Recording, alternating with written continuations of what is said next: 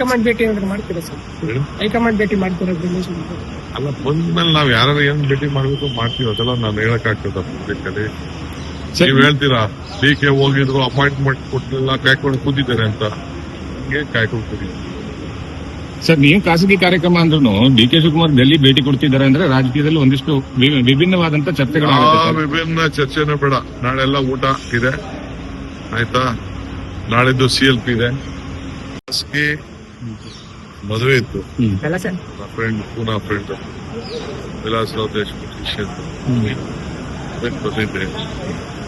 ಇವತ್ತು ಅಸ್ಸಾಂ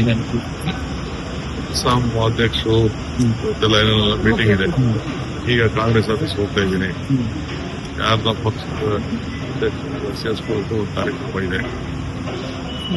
ಯಾರಂತ ಕಾಂಗ್ರೆಸ್ ಮಾಡಿದ್ದೀನಿ. ಬಂದ್ಮೇಲೆ ಕೆಲವು ಕೆಲಸ ಮಾಡ್ಬೇಕಲ್ಲ. ಸರ್, KPCC ಅಧ್ಯಕ್ಷರಾಗಿ ಹೌದು, ನಾಳೆ 6 ವರ್ಷ ಆಗಿದೆ. ಅದು ಪ್ರಯುಕ್ತ ನಮ್ಮೆಲ್ಲ MLAಗಳು ಯಾರು ಗೆದ್ದಿದ್ದಾರೆ, MLCಗಳು, ಅವ್ರಿಗೆಲ್ಲ ಊಟ ಕೊಡ್ತಾ ಇದ್ದೀನಿ. ಅದಾದ್ಮೇಲೆ ನೆಕ್ಸ್ಟ್ ಇನ್ನೊಂದ್ ದಿನ ನಮ್ಮ ಡೆಪ್ಯೂಟಿ ಕ್ಯಾಂಡಿಡೇಟ್ಸು ಮತ್ತು ನಮ್ಮ ಜಿಲ್ಲಾ ಕಾಂಗ್ರೆಸ್ ಅವ್ರಿಗೆ, ಬ್ಲಾಕ್ ಕಾಂಗ್ರೆಸ್ ಅಧ್ಯಕ್ಷರು ಅವ್ರಿಗೆಲ್ಲ ಒಂದು ಕಾರ್ಯಕ್ರಮ ಮಾಡ್ತಾ ಇದ್ದೀನಿ. ಸೊ ಫಸ್ಟ್ ಅಸೆಂಬ್ಲಿ ನಡೀತಾ ಇರೋದ್ರಿಂದ ಹೈಕಮಾಂಡ್ ಭೇಟಿ ಏನಾದ್ರು ಮಾಡ್ತೀರಾ ಸರ್? ಹೈಕಮಾಂಡ್ ಭೇಟಿ ಮಾಡ್ತೀರಾ ದಿನೇಶ್ ಗುಂಡೂರಾವ್?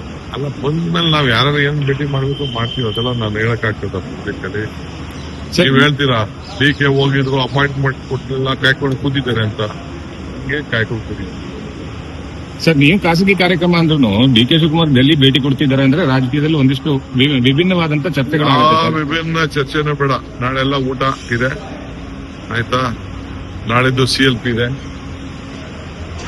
ಈಗ 4 ಗಂಟೆಗೆ ಬಜೆಟ್ ಯಾವ ರೀತಿ ಪ್ರೆಸೆಂಟ್ ಮಾಡ್ಬೇಕು ಅಂತ ನಮ್ಮ ಸ್ಪೀಕರ್ ಸಾಹೇಬ್, ಕೌನ್ಸಿಲ್ ಚೇರ್ಸ್ ಎಲ್ಲ ಹೇಳ್ಕೊಡ್ತಾ ಇದ್ದಾರೆ ಬೆಂಗಳೂರಲ್ಲಿ ಕಾರ್ಯಕ್ರಮ.